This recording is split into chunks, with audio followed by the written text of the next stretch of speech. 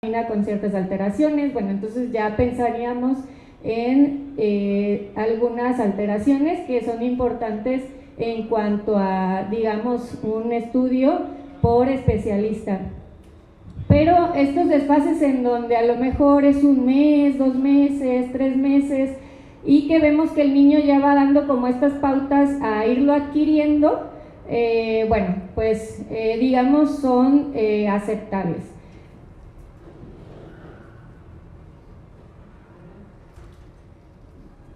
Y bueno, como les comentaba, siempre es importante estar pendientes pues de estas habilidades que van adquiriendo los niños para que en su momento, bueno, digamos, en caso de ser oportuno, tengan esta atención especializada.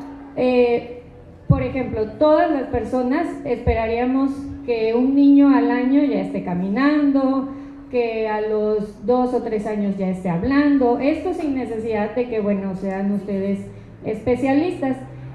Mucha gente me gusta, por ejemplo, cuando dicen, pues es que ya tiene 2 años, 3 años y no habla. Sí, el lenguaje es algo muy importante y es uno de los, digamos, las habilidades que más llaman la atención a las personas, el habla o el caminar o el gatear. Por ejemplo, los aspectos más visibles son los que normalmente alertan, ¿no?, a la familia. Cuando tenemos este tipo de, digamos, consultantes que nos dicen, pues es que considero que no habla, y ustedes lo toman como un signo de alarma, eso es bueno. ¿Por qué? Porque está hablando de que ya, digamos, en su conocimiento o experiencia están viendo que algo no anda bien con el niño. ¿Por qué? Porque hacen estas comparaciones con otros familiares, con otros hijos, o con sobrinos, por ejemplo, y empiezan a alarmarse. Yo siempre les digo, como especialista, es mejor pecar de que algo está pasando con el niño a no hacer nada o justificarlo. ¿Por qué? Porque muchas veces existen también consultantes que ya van a pues al consultorio, al especialista, porque se los refirieron en la escuela o porque ya el abuelo está insistiendo mucho al hijo de que, oye, lleva al niño a ver por qué no habla. Y bueno, esto es no ir haciendo como una conciencia de que algo está pasando con el niño, perdón. Y muchas veces es justificar que no habla porque está muy consentido, no habla porque así era el papá, habló tarde pero habló, no habla porque todo se le da. Entonces yo como especialista siempre les digo a mis consultantes, es mejor que pequen de exagerados, pero veamos que el desarrollo va bien, a no hacer nada o justificarlo.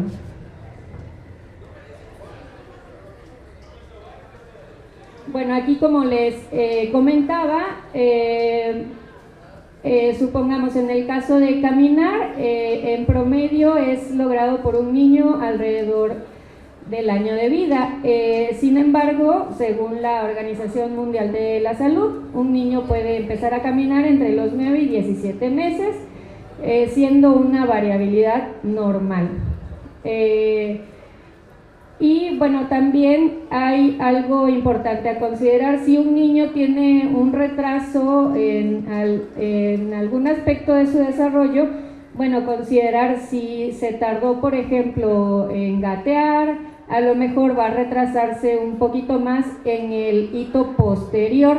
¿Por qué? Porque ya lleva cierto rezago.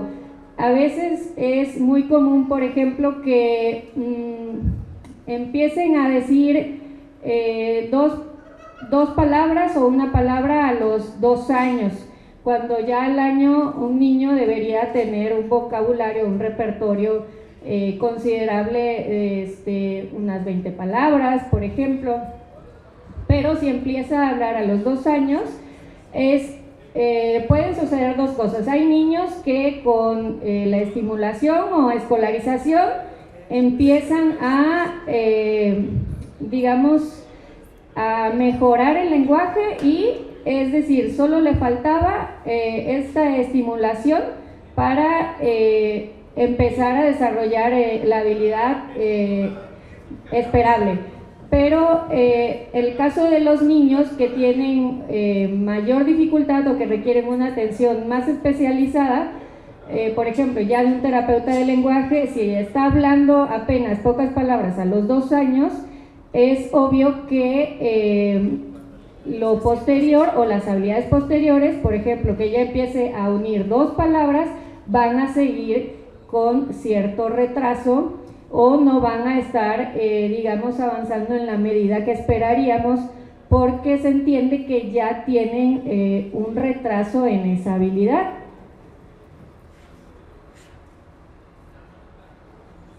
Bien, en el caso del autismo, desde 2013, el DSM-5, que es el manual por el que nos regimos especialistas como psiquiatras, psicólogos, neuropsicólogos, para determinar trastornos psiquiátricos y del neurodesarrollo, cambia cierta terminología, y actualmente ya términos como Asperger o autismo de alto funcionamiento, autismo de bajo funcionamiento, esto ya es obsoleto. Se denomina un trastorno de espectro autista, porque justamente por esto, porque la palabra espectro hace referencia a una gama de posibilidades y variedades, ¿sí? Antes, por ejemplo, antes de esta terminología, se entraba como en estos conflictos de si mira no es autista, o si habla y se relaciona no es autista, lo cual, bueno, pues llegó un punto en donde se hizo este consenso por especialistas mundiales en el tema, en donde se llega, digamos, al consenso de que debe ser un espectro. ¿Por qué? Porque el autista no solamente es un niño que no habla, que no socializa, no, vemos una variedad impresionante de características y personalidades en este tipo de trastornos. Hay niños que les gusta socializar, a los autistas les gusta socializar, pero no saben cómo hacerlo. Hay unos que lo van a hacer, pero de un modo atípico. Yo he tenido la oportunidad de atender muchos autistas adultos, y realmente lo que ellos me comentan es, sí me gusta la gente, sí me gusta socializar. Lo que de pronto no tolero es a lo mejor tantos estímulos, o puedo estar por poco tiempo, ¿de acuerdo? No como el común de las personas, que podemos estar horas y horas en una plática, pero una persona autista tiene relaciones de noviazgo, le gusta estar con su familia. A veces tenemos muchos mitos en relación a lo que es el autismo, y los percibimos como seres completamente ermitaños, aislados, lo cual no es cierto. La evidencia nos dice que son personas también con empatía. La situación es que muchas veces no saben cómo expresar esta situación de empatía.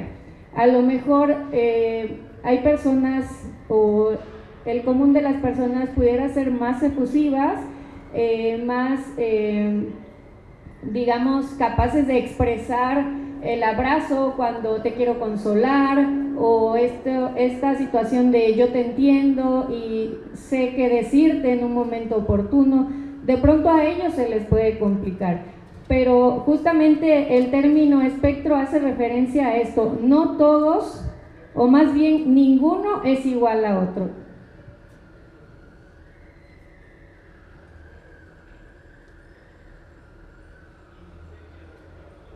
Bien, en el caso de los signos de alerta en cuanto a la comunicación, sí es importante que, bueno, si ustedes tienen algún conocido, familiar, se tomen en cuenta estos aspectos. El niño que no habla, o que no habla, por ejemplo, de manera funcional. Hay niños que tienden, o sea, que digamos, tienen un habla, pero no la usan acorde al contexto. Es decir, pueden hacer repeticiones, esto es ecolalia, lo que escuchan, por ejemplo, lo repiten, hablan en tercera persona, en este caso, en lugar de decir quiero leche, pueden decir ¿quieres leche? Otra situación también muy común es que tienden a repetir frases de películas o personajes que son de su interés. Tienden a repetirlo constantemente una y otra vez porque es para ellos un interés y es algo que, bueno, a ellos llama su atención. Otra situación que vemos, por ejemplo, digamos, en los primeros años de vida, y esto es muy importante para los que están aquí, niños que tienen un año y hablan o hablan poco, pero usan señas y gestos para darse a entender. Llega un punto en el desarrollo, por ejemplo, al año y medio, que es donde normalmente empiezan los signos del autismo, el niño empieza, lo que ya decía, lo deja de decir. Entonces vemos un retroceso, pero a veces no solamente, no a veces pasa que también no solamente dejan de decir lo que ya decía, lo que sucede es que también empieza a dejar de mirar, o ya no me ve constantemente a los ojos, o su mirada es por poco tiempo, ¿de acuerdo? Ya el niño no me señala lo que quiere, que es algo que debería ser un niño de año y medio, 2 años, si bien todavía no tiene una estructura de lenguaje pues amplia, porque se entiende acorde a la edad. Vemos que tampoco usan formas alternativas para comunicarse, que esto es señalar aquello que pide, señalo y miro a mi mamá para ver si me está entendiendo lo que yo le estoy pidiendo. Los niños con autismo, o que ya se empieza a sospechar de esta sintomatología, hacen esto, ¿de acuerdo? Otro síntoma muy común también es lleva de la mano al adulto hacia lo que quiere, pero esto es muy atípico, o sea, no es como esta parte en donde se percibe una relación de interés donde tu adulto o yo, hijo, necesito de ti, papá o mamá, necesito que me ayudes en algo. No, se ve como algo más instrumental o mecánico, en donde tú, papá, mamá, tío o hermano mayor, me sirves para una necesidad, pero solo para eso. O sea, te tomo de la mano, te pongo la mano en eso que quiero y ahí te dejo la mano, pero no hago otra integración de gestualidad para darte a entender qué es lo que quiero. O sea, lo que hace un niño con autismo es deja la mano sobre lo que quiere que se le dé, pero no hace a mirar al papá, a la mamá o quien lo está asistiendo en ese momento. Y bueno, también junto con la ausencia del habla, pues bueno, hay siempre que interpretarle al niño lo que pide, ¿de acuerdo?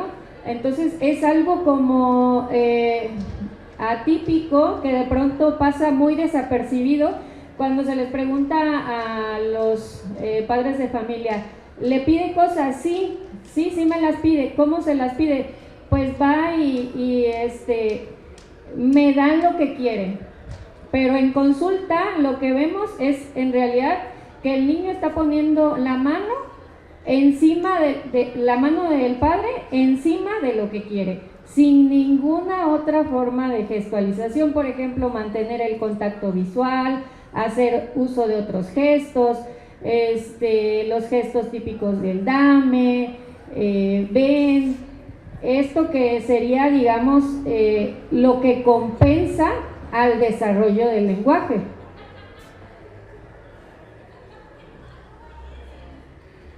En cuanto a conducta, signos de alerta serían, por ejemplo, mostrar interés por partes de objetos, como les comentaba, bueno, pues de los carritos solamente se interesa por las llantitas, o de la muñeca solamente por el vestido. A veces ni siquiera les gustan los muñecos, normalmente son otros objetos, por ejemplo, piedritas, las pincitas de la ropa. Cada niño tiene un interés particular. Pueden ser luces, pueden ser las aspas de ventilador, ¿sí? Vaya, cada interés varía en cada niño. El aleteo de manos, a veces también se interpreta mucho como que el niño está contento, ¿sí? No es que el niño esté contento, esto se llaman estereotipias y es una conducta muy característica del autismo. El aleteo sería algo así, a veces va acompañado de brinquitos, puede ser que no brinque, o movimientos anormales de todo el cuerpo que son repetitivos y que normalmente los familiares lo toman como es la manera de demostrar que está contento o está brincando, por ejemplo, lo cual no es así. Esto se llama estereotipias y son movimientos atípicos, que es muy común en el caso de los niños con autismo. El alinear o apilar juguetes también es otra característica, o hacer categorías, por ejemplo, junta todos los animalitos de la granja, tiene interés por todo lo que son animalitos de la granja y junta todos los animalitos de la granja, o solo le interesan solamente animalitos de la granja, no le interesan otro tipo de juguetes. Pero también sucede que no hacen un juego funcional con estos. O sea, puede ser que solamente nada más los acomodan y ya. En el caso de bloques, por ejemplo, también nada más los hacen en hilerita, así como se ve en esta imagen, y ya. O sea, realmente no hay un juego funcional como se vería en los niños, en donde hay una, pues prácticamente como lo dije, ¿no? O sea, un juego funcional, sino es más bien, es repetitivo, parece no tener como una parte objetiva, sino que parece más que nada como esto, ¿no? La alineación. Y si a lo mejor ese muñequito que estaba acomodado de una manera se movió, entonces, bueno, pues es una cuestión de irritabilidad extrema, que muchas veces es complicado para los papás entender por qué se está irritando el niño, hasta que, bueno, ya llega un punto con el conocimiento del menor de que, bueno, pues es que le molesta, o lo que le molestó es que el cubo o el muñequito se le cambiara de lugar, ¿sí? Apilar los juguetes, puede ser alinearlos, apilarlos,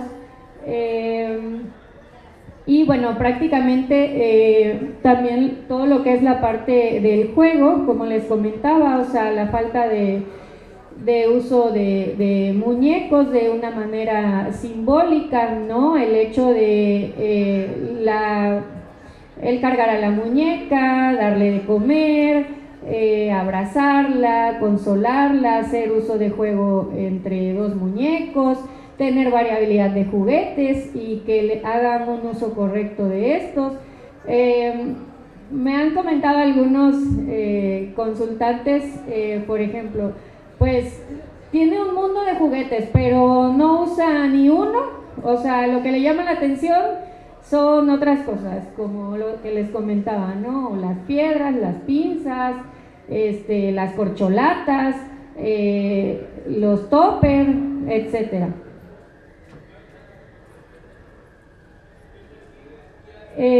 También las cuestiones sensoriales, que esto es algo muy común en los niños, la intolerancia a ruidos. Normalmente el de la licuadora pues es el más común, o sea, se prende la licuadora y es un llanto,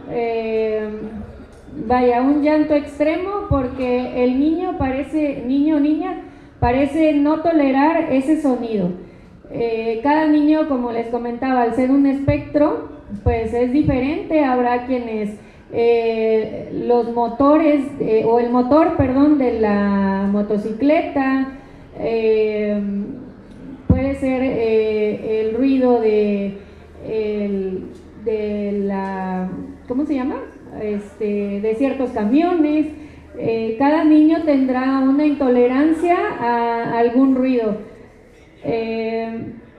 Los taladros, por ejemplo, o sea, como ruidos muy estruendosos que normalmente pues nosotros tendríamos la capacidad de hacer un procesamiento y un filtrado para tener tolerancia a este ruido. En el caso de los niños con autismo vemos que es algo muy intolerante. ¿Por qué? Porque ellos lo están percibiendo de manera extrema, ¿sí? También las cuestiones de la alimentación son muy selectivos en cuanto a probar diferentes alimentos. Solamente quieren, por ejemplo, frijolitos, o solo quiere la pechuguita de pollo. Esto por ponerles algunos ejemplos, ¿no? Cada niño varía. Lo importante aquí es que vean o se den cuenta de que no quiere probar nuevas cosas, o sea, solamente tiene 2 o 3 alimentos que son sus favoritos y ya, y es muy difícil hacer que prueben otros alimentos, no los quieren. Entonces también es como algo muy difícil para las familias, porque pues se preocupan obviamente por el niño, por su desarrollo, y porque pues no está comiendo lo que, digamos, no tiene un repertorio amplio en cuanto a lo que es la comida. El no tolerar algunas texturas, por ejemplo, las etiquetas, normalmente la mezclilla, es algo que les desagrada. Esto también es un ejemplo. Cada persona es diferente, pero son como las texturas que más refieren. Van mejor con texturas como algodón, por ejemplo, o no quieren estar con ropa apretada. Esto es por decir algo, ¿no? Cosas rasposas, grumosas, lo que son, por ejemplo, ciertas plastilinas, o a lo mejor el estropajo les puede desagradar, y bueno, puede ser que no las toleren o busquen mucho la estimulación de algunas texturas que a ellos les llamen la atención. Y bueno, aspectos visuales también, en donde las luces les llamen la atención, o aspectos auditivos, por ejemplo, en donde les llame mucho la atención el sonido de algún objeto o animal del ambiente. Puede ser la intolerancia, o sea, ambas cosas, la intolerancia o el buscar constantemente esa estimulación. En el aspecto social, como les comentaba, bueno, pues tienden a alejarse de otras personas. Normalmente en lo que es la primera infancia, pues vemos muy marcados estos déficits, ¿no? En el año y medio, 2 años, 3 años. El niño normalmente pues va y busca sus objetos de interés. A pesar de que están otros niños, pues él es más enfocado en ir por la pelota, o van y se acercan a otro niño porque tienen algo que a ellos les interesa. A veces los padres confunden, sí juega con otros niños, pero juega porque hay algo que les interesa que tiene ese niño, y no van normalmente con este acercamiento, digamos, genuino a nivel social, con estas pautas de la sonrisa social, de voy y me acerco, lo que les comentaba, las señas, los gestos, te pido algo, en el caso de que no hable, o en el caso de que hable el niño, bueno, pues hola, ¿cómo estás? Podemos jugar, ¿cómo te llamas? Pues hay acercamientos atípicos, ¿no? O sea, más que interesarse como tal en la otra persona, es me intereso por algo que tienes, que me gusta, y bueno, pues empiezo una interacción. O a lo mejor sí les gusta jugar con niños, pero sus acercamientos son raros, no saben cómo estas convenciones sociales, ¿no? En donde todos tenemos la espontaneidad para saber cómo relacionarnos con otros, como, oye, en el caso de los niños, ¿puedo jugar? Oye, ¿me prestas tu pelota? Por ejemplo. En el caso de los niños con autismo no se da así, se pueden acercar y estar con otros niños, o a lo mejor nada más seguir el juego. O sea, si ven correr a otros, van igual corriendo tras de otros, pero están ahí, permanecen sin saber cómo hacer esta relación social. Bueno, pues el contacto visual también, que es algo muy característico.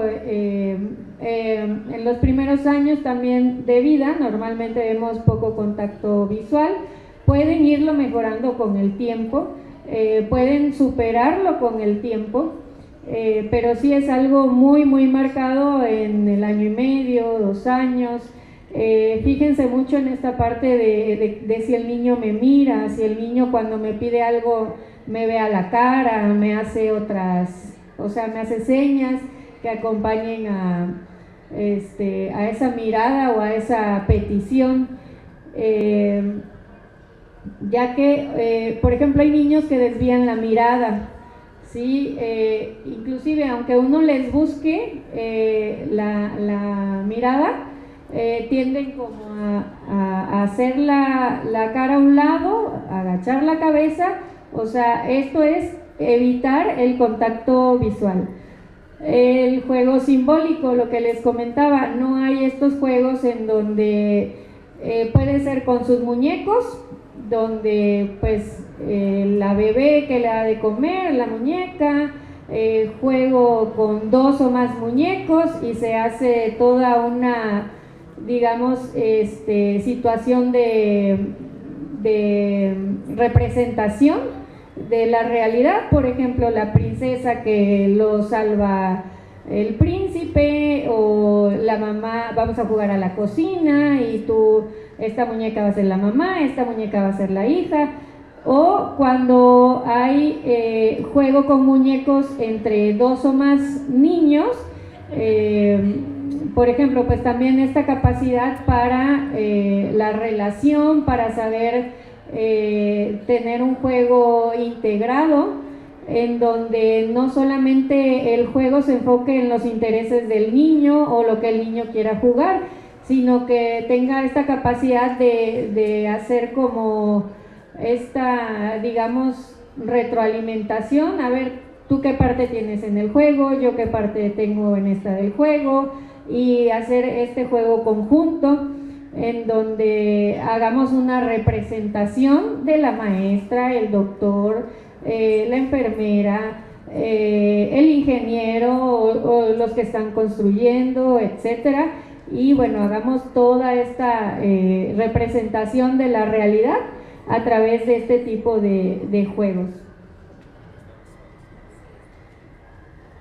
Y bueno, pues recordar que siempre es importante que ante conductas atípicas, falta de socialización o socialización rara, atípica, en donde sí se integra pero no me sigue las pautas del juego o juega con niños más chiquititos porque es con quienes mejor les va, o a lo mejor con adultos, niños más adultos, porque es muy, sabe muchas cosas y lo entienden mejor. Digamos, todas estas variaciones que puedan ustedes observar en los niños, como estas intolerancias a texturas, ruidos, intereses muy marcados. Solamente me habla del tema de los dinosaurios, de las banderas, de los países, de la cultura egipcia, por ejemplo. Parece que no le interesan otros temas. Bueno, todo eso, bueno, pues serían signos importantes a considerar y en donde pues ustedes deberían acudir a un especialista. Otra parte importante es considerar que entre mayor sea más pronta, la detección, obviamente, y también la intervención, pues el progreso del niño en todas estas situaciones en las que tiene alteraciones, pues van a ir mejorando digamos, tiene un mejor pronóstico entre más temprano se atienda todo esto. Y bueno, pues de mi parte sería todo, pues muchas gracias. Siempre se consulta un neuropediatra. Los papás normalmente acuden como a este tipo de especialistas o un psicólogo, obviamente que esté especializado en evaluación y diagnóstico. Bueno, ya sabemos que actualmente hay muchas páginas donde podemos encontrar especialistas. Yo lo que sí les diría es que se fijen muy bien que el especialista maneje o tenga experiencia en la detección e intervención. O sea, vean mucho como, digamos, su experiencia, porque pues también se dan los casos de diagnósticos erróneos. Si bien el padre por iniciativa no acude primero a un neuropediatra y acude a un psicólogo o neuropsicólogo, bueno, sí considero importante esta parte de que chequen bien la experiencia para poder dar el diagnóstico, pero prácticamente normalmente serían los especialistas a los cuales acudir. Y bueno, lo digo porque también, digamos, el paidopsiquiatra, que también tiene, digamos, pues por la especialidad puede diagnosticarlo. Normalmente es al último que se acude cuando es como de quiero hacer un diagnóstico, ya es la primera vez que voy a consultar a un especialista. Normalmente siempre se acude al psicólogo, al neuropediatra, neuropsicólogo, lo cual es correcto. Y bueno, esta es la gama de especialistas que pueden hacer el diagnóstico. En el caso de pediatría, hay pediatras muy como actualizados en el tema. Digo, el autismo no es algo nuevo.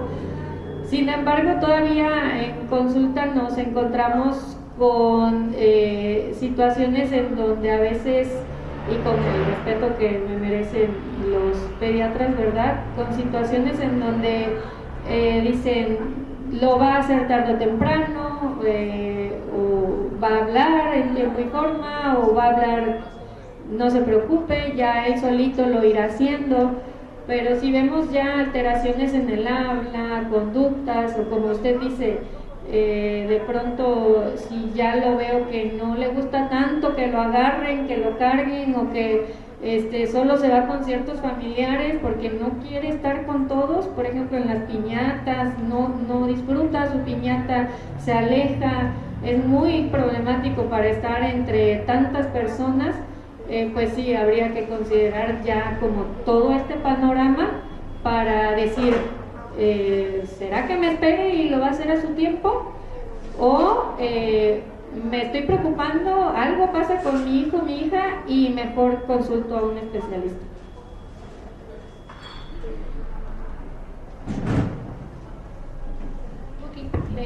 Maestra, si me permite, nada más, hay otros centros, hay centros de autismo, por ejemplo el de DIF Guadalajara, DIF Zapopan, y está por inaugurarse uno en Miramar.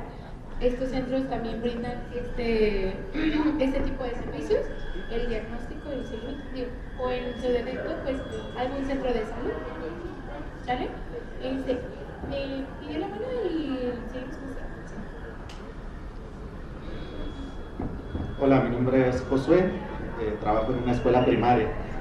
Aquí, por ejemplo, bueno, obviamente en la presentación pues se ven más niños chiquitos, ¿no? 1, 2, 3 años, no sé, en los que se hace, o sería ideal, ¿no?, que se hiciera el diagnóstico, pero en la realidad, o al menos uno lo vive así, te llegan ya, por ejemplo, en la primaria, niños que tú dices, tiene algo, ¿no? O sea, pero no sabemos qué.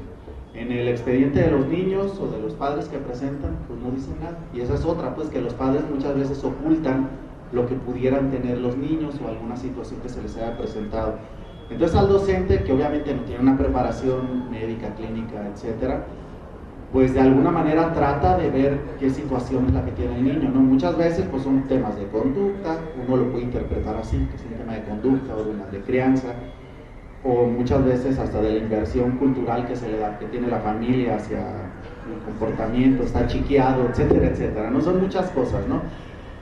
Obviamente uno pues trata de hacer pues un diagnóstico en base a las posibilidades y conocimientos que uno tiene, pero muchas veces el padre no acepta el que uno le dé una sugerencia de ¿por qué no lo llevas al psicólogo? Yo creemos que tenemos algo, pero ¿qué tal si mejor? Ahí, por ejemplo, ¿qué nos recomienda que podamos actuar pues, cuando veamos a un niño con ciertas características como las menciona? Obviamente nosotros no hacemos diagnósticos ni mucho menos, pero presumimos tal vez que pudiera tener algo.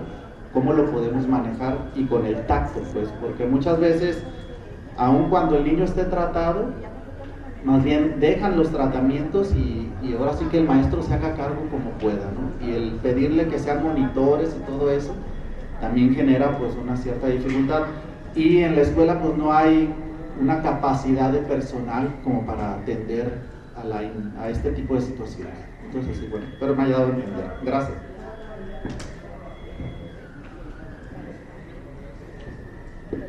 Pues muchas gracias, maestro. Es una pregunta complicada. No sabría de verdad qué decirle porque efectivamente los padres son nuestra primer limitante. Y muchas veces se da esta situación de que es que el maestro ya le tiene idea a mi hijo. Y el padre se ciega y ante eso es bien complicado. ¿O qué podemos hacer?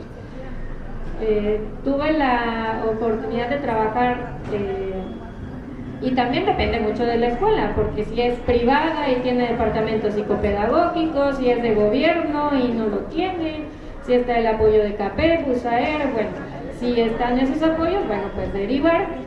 Y usted como maestro, obviamente al referir el caso, bueno, pues ya está haciendo como esa parte de proceso o procedimiento en base a lo que está estipulado, ¿no?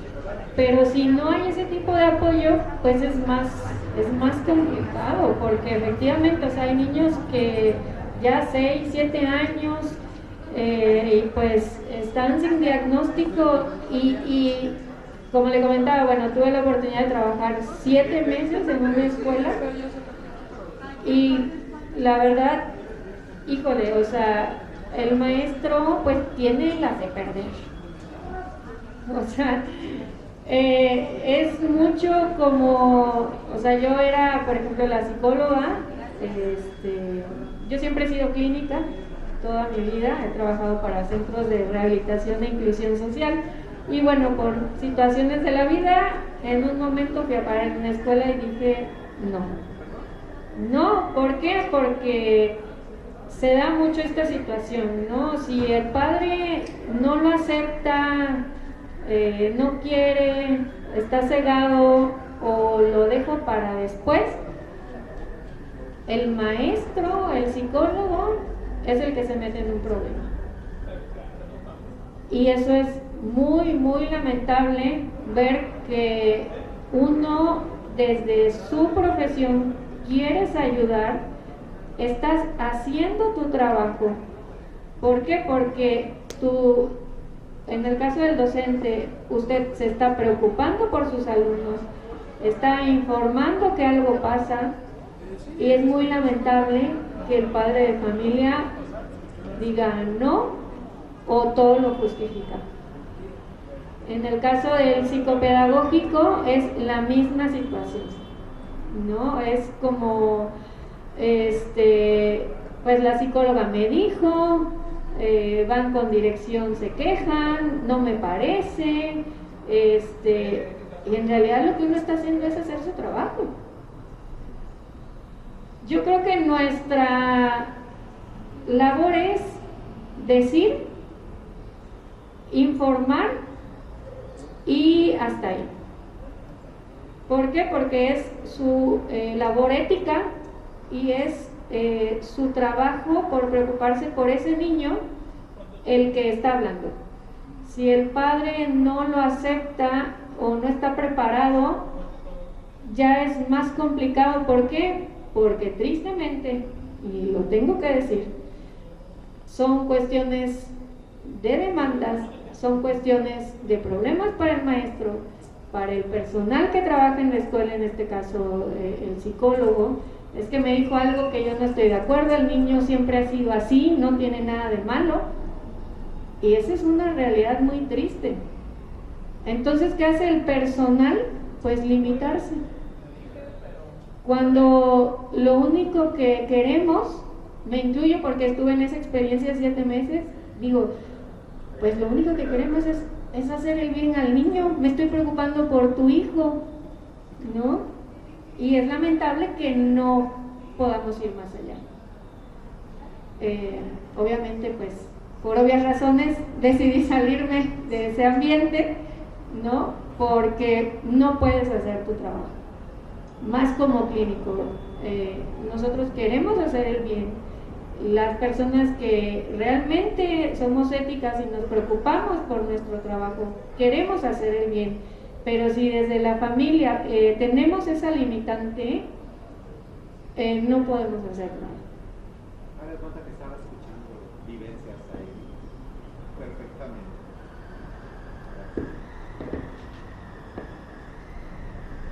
Buenas tardes, mi nombre es Anabel y yo tengo un niño autista. Lo detectamos hasta los 11 años, ya tiene 2 años en tratamiento, porque es muy deficiente, quiero decirlo, la atención para esos niños en todos lados. Me refiero a que yo a los 2 años de edad quise meterlo a un CENDI y no lo aceptaron porque es diferente, muy diferente. Se enseñó a hacer popó hasta los 4 años. Entonces, yo también soy maestra de primaria, lo metí a un kinder a un ladito de conmigo.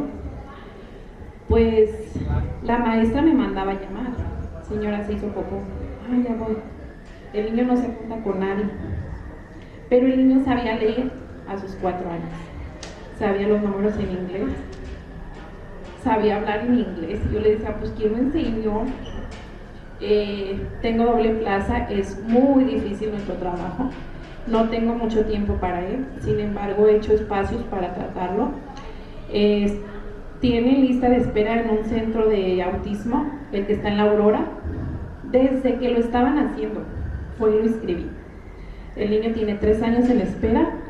Fui apenas hace como 22 días y le faltan como 400 niños adelante de él. Entonces, no se le nota mucho porque me dijeron que es un niño autista detectado con altas capacidades, se le llama así. Me habían dicho que era Asperger, pero el Asperger se eliminó, entonces se quedó como espectro autista de altas capacidades porque él es muy inteligente, demasiado inteligente, muy tajante, no entiende juegos como las muñequitas o los cochecitos o las bromitas. No lo comprende mucha gente porque está más alto que yo, tiene 13 años, acaba de cumplirlos, y él quiere jugar con niños chiquitos. Y sus llevaderas, o sea, pues la gente no lo entiende, y yo así como que no le puedo poner una etiqueta aquí, niño autista, a favor de comprenderlo, ¿verdad? Pero sí sería como muy importante que, por ejemplo, este tipo de conferencias, este tipo de concientización fueran las escuelas. Yo estoy muy de acuerdo en que fueran las escuelas. Habría mayor número de personas escuchando. Por ejemplo, si van en la escuela de la mañana, pues tendrían que ir los padres de familia, a lo mejor van 300, porque son 750 alumnos. O sea, a lo mejor van 300 alumnos, 250. Y ya de alguna mamá puede decir, pues mi niño yo le noto esto, le noto aquello. Es muy difícil, muy difícil. Yo porque estuve con él toda la primaria, pero es muy difícil. Incluso hasta con tus mismos compañeros maestros es difícil. Él se agarraba la cabeza y lloraba por el ruido.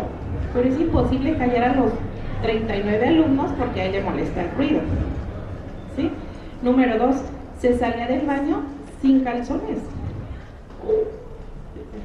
Entonces, tal vez conmigo fueron muy pacientes porque yo estaba ahí, pero cuando una mamá no está ahí y nosotros como maestros no estamos capacitados para tener a niños como él, creemos que es un niño problema. Creemos que es un niño que pelea, que, ay señora, es un niño. Y si el papá no lo atiende, pues menos. Entonces, yo creo que todo este tipo de situaciones y de conferencias, de alertas para los papás, tiene que ser donde haya mucha afluencia de papás. Donde los papás estén y también haya educadores que digan, mira, a lo mejor este niño tiene esto. O sea, porque a lo mejor yo iba pasando y dije, de aquí soy. ¿Por qué? Porque soy maestra, porque tengo mi niño autista, pero he visto pasar mucha gente que por las prisas, porque no tengo tiempo, por situaciones así, o a lo mejor en el área recreativa. Hay muchas familias que los domingos se acercarían a ver una conferencia como esta. Muchas felicidades, muchas gracias.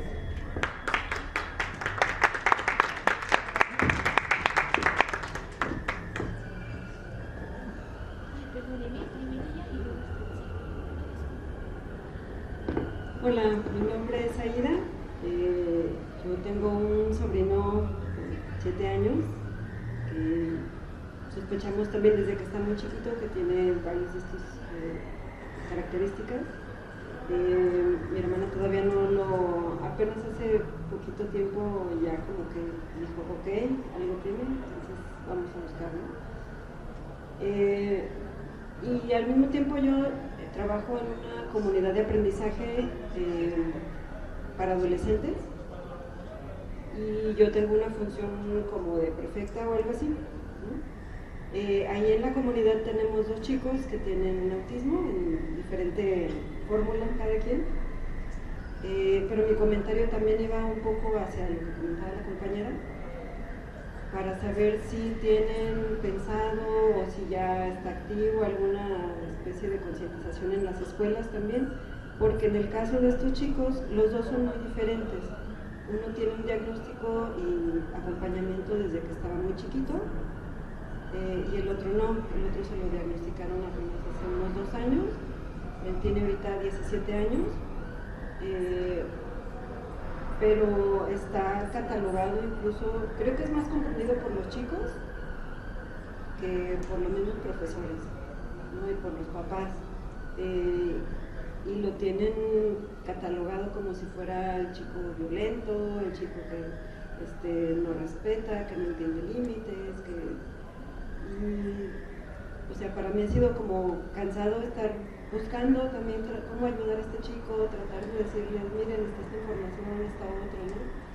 Porque incluso me lo llegan a decir así como, no, es que eso es un pretexto, o sea, es que no tiene que ver, es que, o sea, el Asperger ya en 5 años ya tendría que haber entendido, ¿no? Y ahorita incluso ya, o sea, hay una serie que se llama ahorita Adolescencia o algo así, de Reino Unido, y ya incluso me lo están queriendo etiquetar también así, ¿no? Es que es un tirano, es un peligro para los chicos, o sea, cuando nada que ver, ¿no? O sea, cuando te acercas a ellos, ves cómo piensan, cómo sienten, cómo perciben y todo, pues, o sea, te das cuenta que no. Pero también me gustaría saber si hay esta, no sé, apertura, esta posibilidad, de que podamos acompañar, informar, concientizar en las escuelas, en las comunidades, no sé, me gusta mucho saber eso.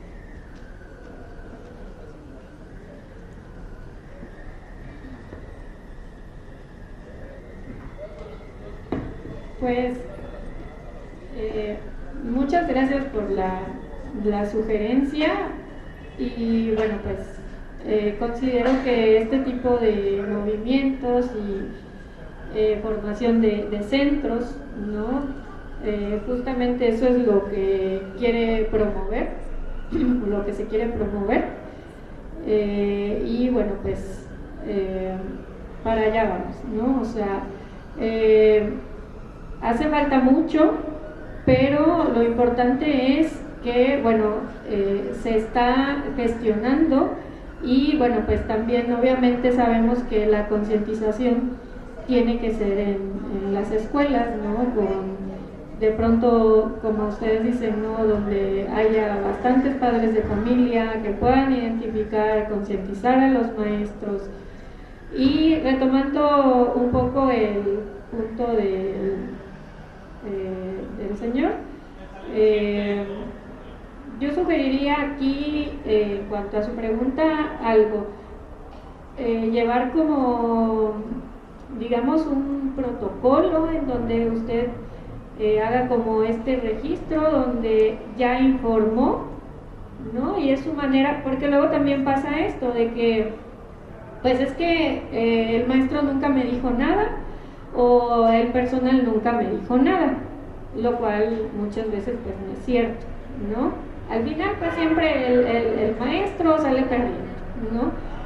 Ahora, en cuanto a esta parte que ustedes comentan, yo desde mi experiencia clínica, cuando yo tenía que dar una sugerencia de escuela a los papás, y bueno, al trabajar en centros de rehabilitación para personas con discapacidad, inclusión social, que también teníamos niños con autismo, no es discapacidad, pero bueno, ahí se hacían diagnósticos también.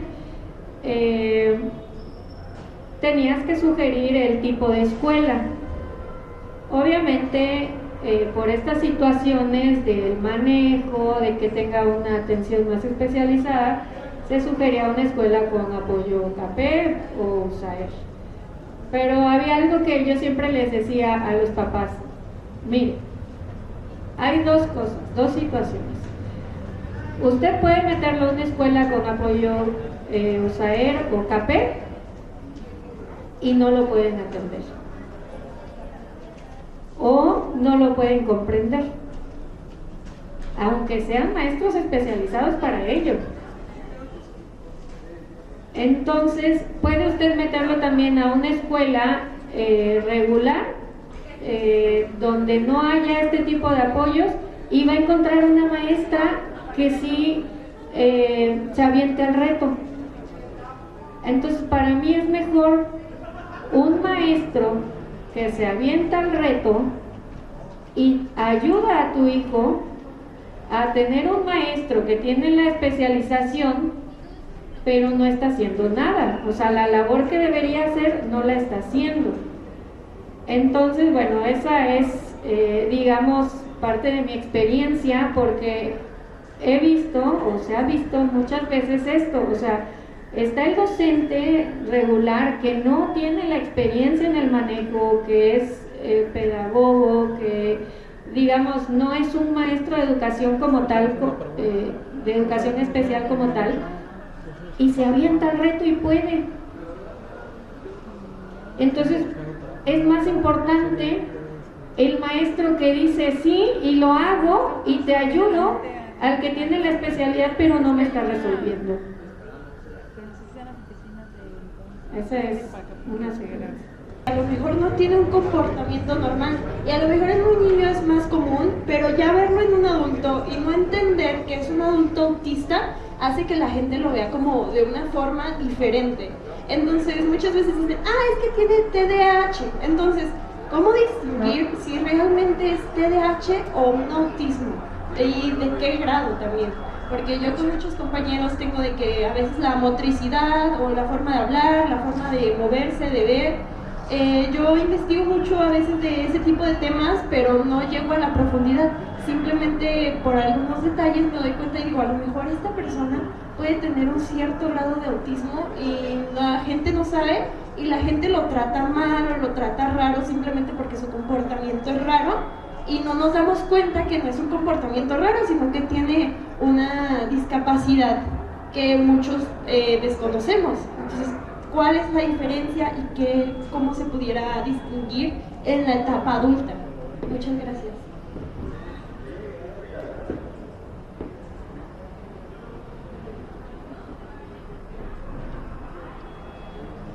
Respecto de la pregunta de los grados, se maneja más que el término grado, niveles.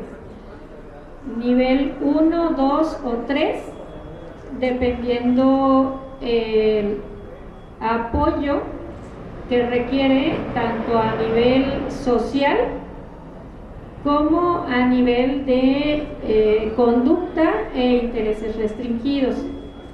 Podríamos decir que el 1 requiere menos apoyo, por así decirlo, es el más funcional, de pronto puede ser el genio que vemos por ahí, puede ser el incomprendido, ¿no? El raro, porque son los términos, ¿no?, que se escuchan normalmente. Y bueno, ya a nivel 2, 3, bueno, pues estaríamos hablando, por hacer un símil, de un moderado o algo grave, por hacer un símil. Y bueno, va en relación a estos niveles de apoyo que requieren, tanto para su integración social como en la tolerancia a ciertos estímulos, en sus patrones de conducta, si son muy restringidos, muy repetitivos. En etapas adultas, normalmente, en el caso de los nivel 1, pues vemos adultos, como usted dice por ahí, integrados, funcionando, trabajando. La situación es más que nada lo social.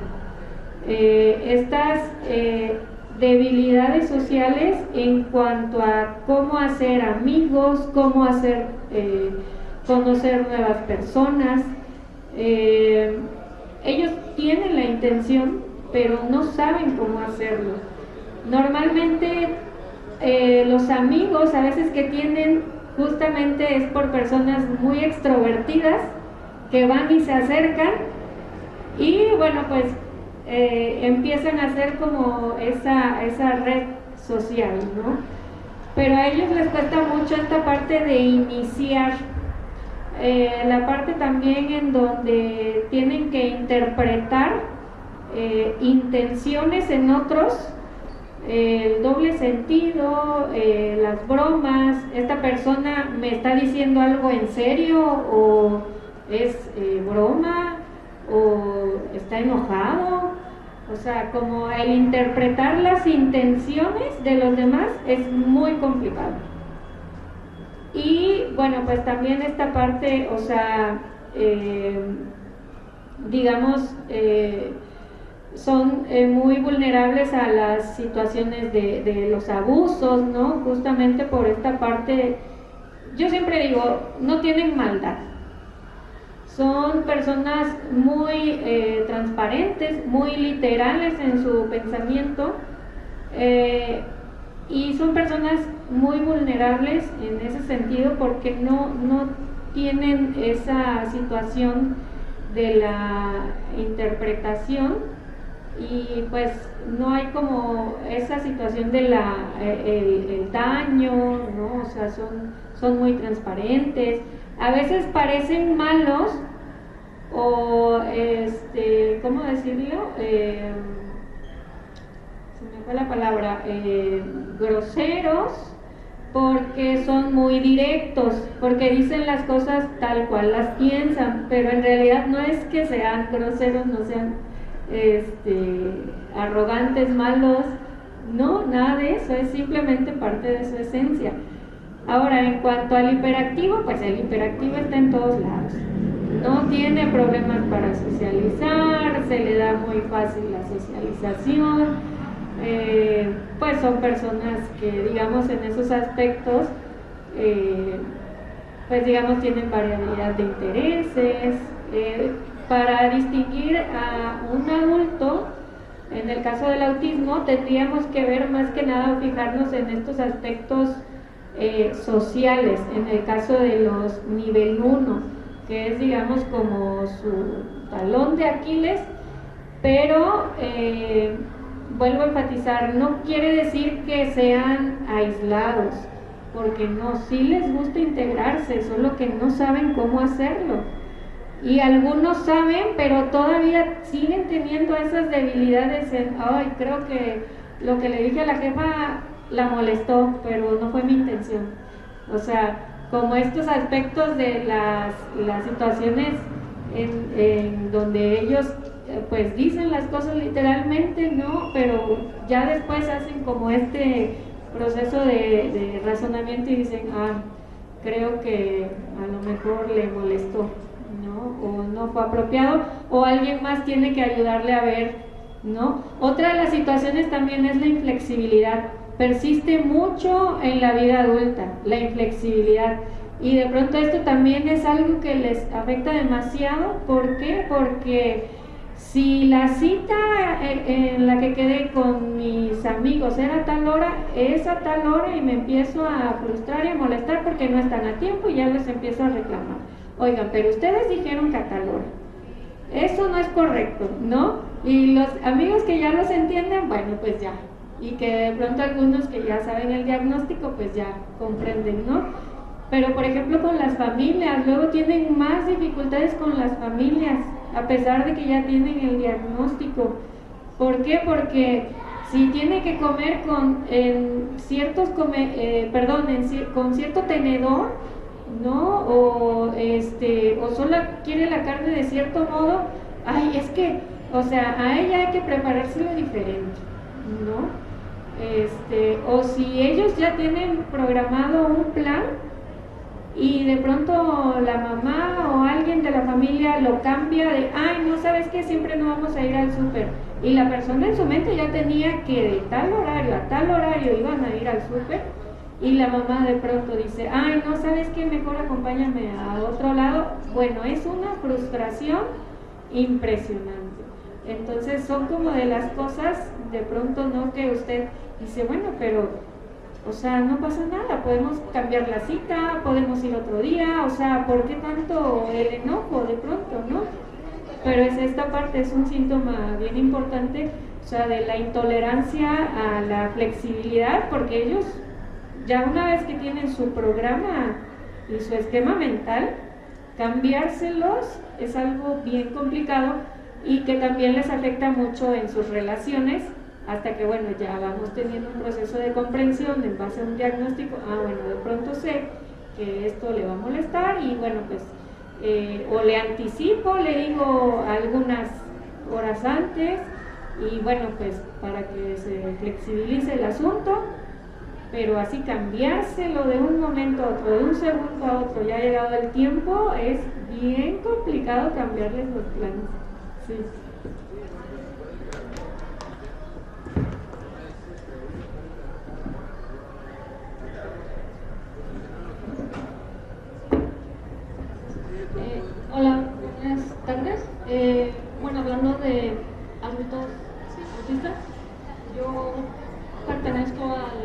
apoyo 1, yo soy autista,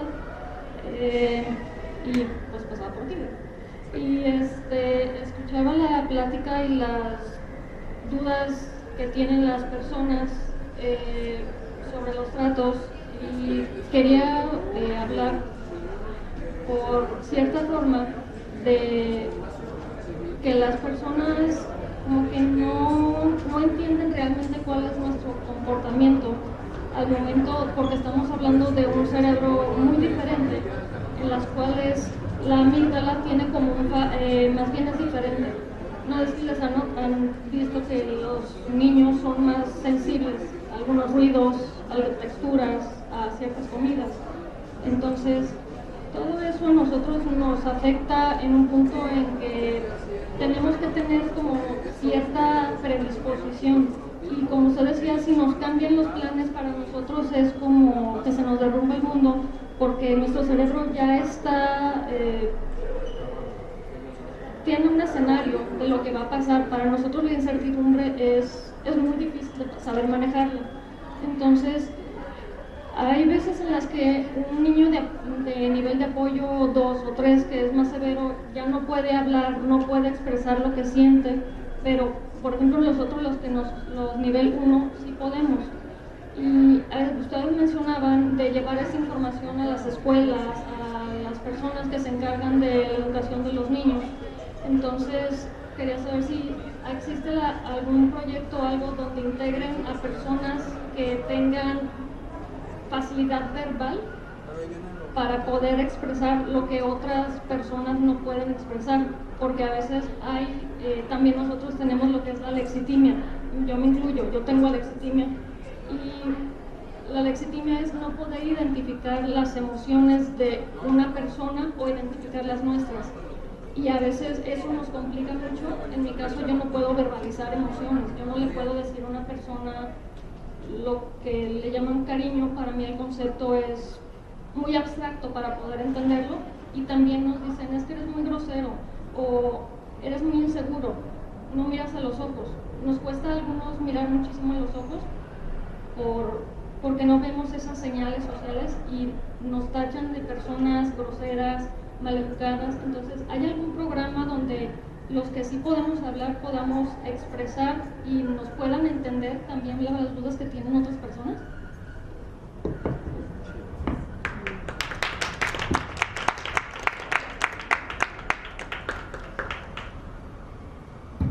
Psicóloga, no sé si me pueda ayudar. Yo no soy de aquí, del estado, recién tengo poco aquí. No sé si usted esté aquí. Bueno, tengo nada más como el conocimiento de que actualmente existe un grupo que se llama Movimiento Autista en México, si mal no recuerdo, y principalmente son adultas, mujeres, que se encargan de hacer este fomento de información, o sea, fomentar esta información en universidades, en otro tipo de áreas. Si gustas, te puedo ver para conseguirte el contacto y que puedas tú entablar conversación con Gaby, que es parte de las activistas con respecto a esto, y que nos pueden ayudar con esta información. Y bueno, como tal, en el sitio de DIF Jalisco, este es como el primer intento que se está haciendo para justamente hacer esta visibilidad y también poder brindar información en general, pese a que no tengamos algún familiar dentro del espectro autista.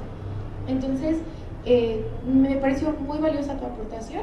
Te comparto enseguida ahorita el contacto de Gaby para que puedas igual a lo mejor incorporarte, y justamente lo que buscamos es que haya voces que vivan dentro del espectro autista y que nos puedan a lo mejor iluminar al resto para nosotros también poder ser voceros de una información más real y natural de lo que realmente se vive, ¿no? Entonces, bueno, eso es como en lo que te puedo apoyar, y también brindarte información sobre el centro de autismo. Creo que ahí hay como varias personas que se encuentran también dentro de esos movimientos de activismo.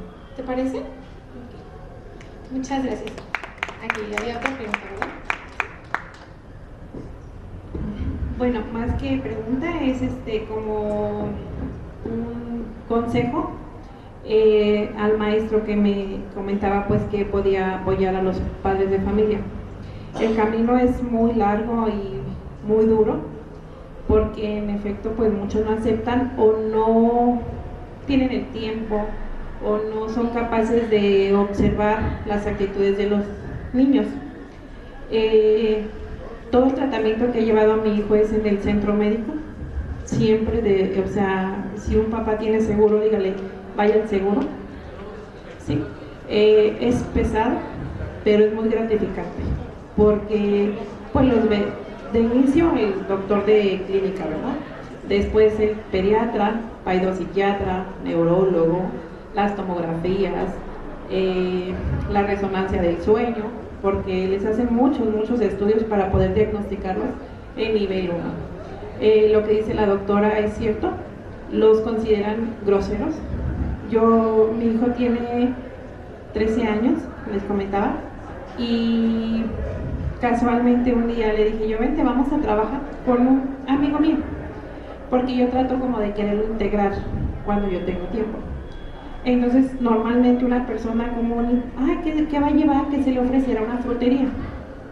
Entonces, llegó una señora y le dijo que si tenía cilantro, y él le contestó, estoy ocupado, ¿no está viendo? Entonces la señora grande, ya de edad, ¡ay, qué grosero! Y le dije, no, yo ahorita la atiendo. Y le dije yo, contéstale más educado, mira, háblale bien. ¿Por qué? No es mi amiga. Y yo, Dios mío, o sea, en verdad te pones así, o sea, y es verdad, o sea, ahora que fue al paidopsiquiatra, él toma risperidona y fluoxetina para poder dormir porque les da mucha ansiedad. Entonces, él no decía groserías, él decía, ¿me permites decir una grosería? Y luego yo le decía sí, y ya decía una palabra. Y ahora yo le digo, porque la psiquiatra le dijo que no tenía una familia normal, porque nosotros somos muy llevados.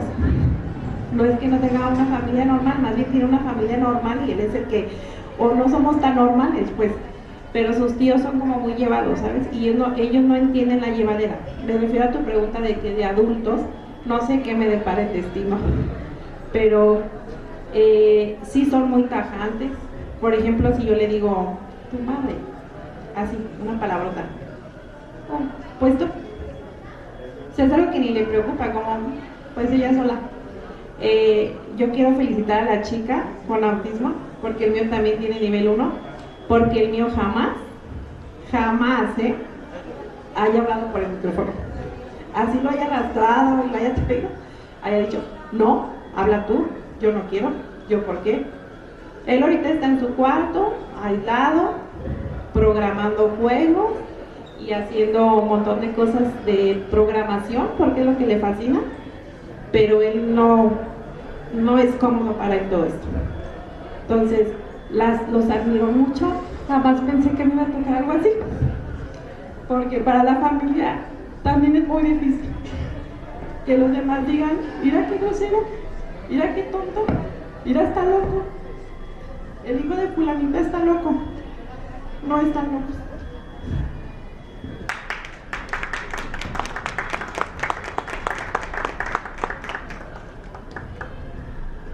Pues muchas gracias. Yo digo que las personas con el trastorno son las mejores personas que pueden haber en este mundo. De verdad. No tienen maldad, no tienen malas intenciones. Justamente esa transparencia hace que sean muy correctos. Pues bueno, a mí me encanta, ¿no?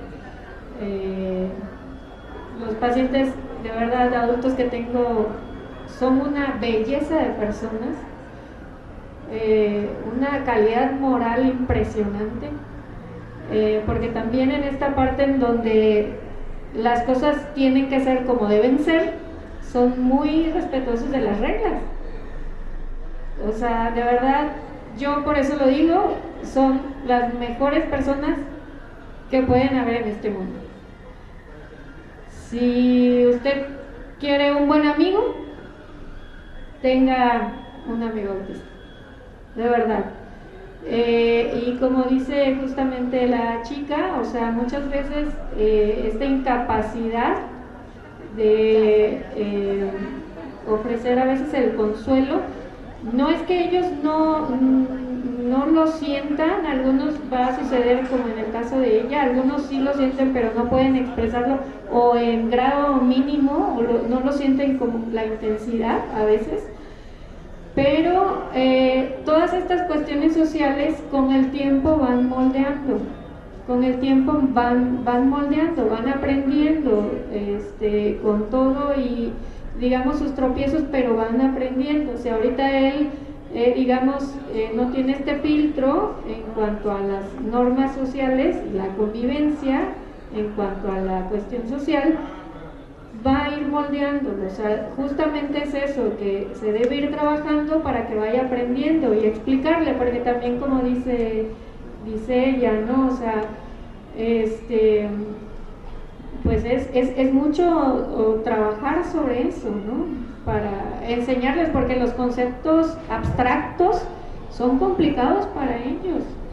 Entonces es a base de tiempo y normalmente, bueno, pues ya en la adultez podemos ir viendo justamente esta comprensión y este monitoreo, automonitoreo que ellos van haciendo de sí mismos, cuando sí, cuando no, fue correcto o no, qué debo hacer, lo van aprendiendo también.